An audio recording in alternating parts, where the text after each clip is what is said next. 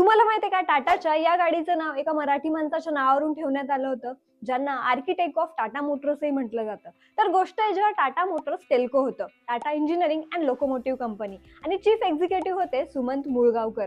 यांच्या टाटा प्रति डेडिकेशनच्या अनेक स्टोरीज फेमस आहेत आणि त्यापैकीच एक ते म्हणजे जेव्हा टाटा मोटर्सचे अधिकारी आपल्या ऑफिसमध्ये आपलं दुपारचं जेवण घ्यायचे, सुमंत मुळगावकर एखाद्या ढाब्यावर जिथे टाटाचा ट्रक उभा आहे तिथे जाऊन त्या ट्रक ड्रायव्हर सोबत जेवण करायचे. त्या ट्रकमध्ये काय चांगलं आहे, काय वाईट आहे, अजून काय इम्प्रूव्हमेंट केली तर परफॉर्मन्स चांगला होईल, हे इनपुट्स घेऊन ते इम्प्लिमेंटही करायचे. आणि हाच नियम त्यांच्या रोड ट्रॅव्हल सोबतही होता. जेव्हा कधी ते ट्रॅव्हल करायचे, जिथेही त्यांना टाटाचा ट्रक उभा दिसेल त्या ड्रायव्हर सोबत गप्पा मारून इनपुट्स घेऊन ते कंपनीला द्यायचे.